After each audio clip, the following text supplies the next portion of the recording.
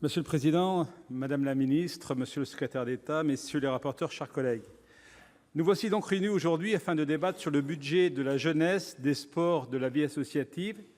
Et mon intervention se concentrera pour ma part sur le budget des sports pour 2019. Madame la ministre, l'ambiance actuelle dans le milieu sportif, vous en êtes bien consciente, est à l'inquiétude et au désarroi. Le mouvement sportif s'interroge sur son organisation, les bénévoles sont désemparés et les responsables locaux arrivent difficilement à gérer les demandes quotidiennes toujours plus nombreuses et toujours plus contraintes. Votre ministère a également du retard sur de nombreux dossiers. Je voudrais citer l'Agence française de lutte contre le dopage qui ne connaît toujours pas votre arbitrage sur son futur site, alors qu'il s'agit là d'un outil de rayonnement français très fort. Le préfigurateur de l'agence n'est toujours pas nommé, alors que celle-ci est censée être à pied d'œuvre au 1er mars. La stratégie sur le sport de haut niveau demeure floue. Quant à la politique du sport pour tous, rien n'est défini en termes d'objectifs et de moyens. Le statut des CTS et leur évolution n'est toujours pas réglé, et le sport scolaire attend une réponse à une demande de moyens supplémentaires afin de mieux fonctionner et de s'inscrire dans la dynamique des Jeux olympiques et paralympiques de 2024. Il y a ainsi de nombreux exemples. Sans opposer les domaines, le sport est le grand perdant des politiques nationales et les signaux négatifs s'amoncellent pour un pays qui devrait être totalement mobilisé pour préparer au mieux les Jeux olympiques et paralympiques de 2024. Suppression de l'option sport au bac, suppression des emplois aidés, suppression de la réserve parlementaire, baisse des moyens des collectivités qui sont les premiers financeurs du sport. Et le budget que vous nous présentez pour 2019 est une nouvelle fois en baisse. Certes, vous avez comblé les trous à l'Assemblée nationale, mais il manque toujours 15 millions pour atteindre le niveau de 2018. Les chiffres sont terribles, mais le budget actuel est de 466 millions contre 481 l'an passé.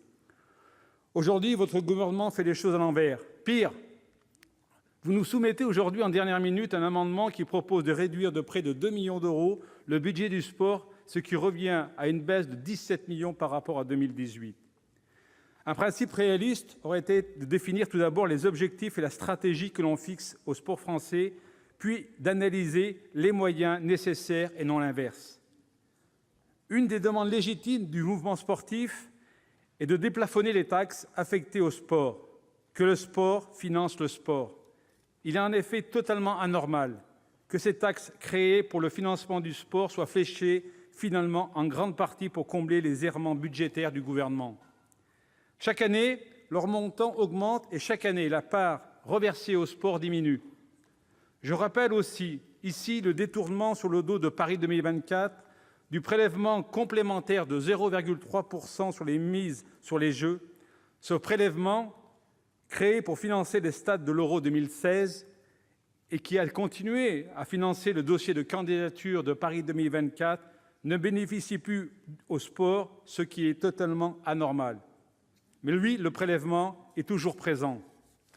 Et face à cela, de par le fait du prince et suite à un coup de téléphone, la Fondation pour le patrimoine se voit reverser toutes les taxes sur son nouveau jeu de grattage.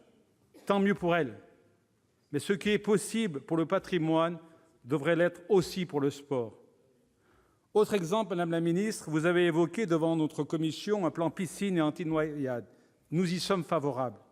Mais soyons honnêtes, le budget que vous présentez ne permettra pas de soutenir la réhabilitation pourtant nécessaire des piscines françaises, ni de financer la formation de nouveaux maîtres nageurs pour compenser le manque d'environ 5000 maîtres nageurs.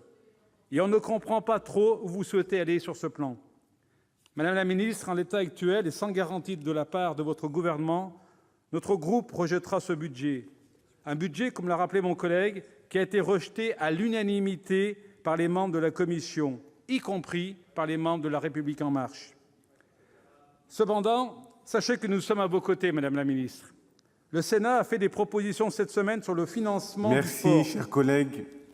Vous avez dépassé de 30 secondes, plus que les autres. J'espère que les propositions qui ont été votées par le Sénat seront retenues par Madame la ministre et nous espérons que vous saurez saisir cette opportunité, Madame la ministre. Merci. La parole est à présent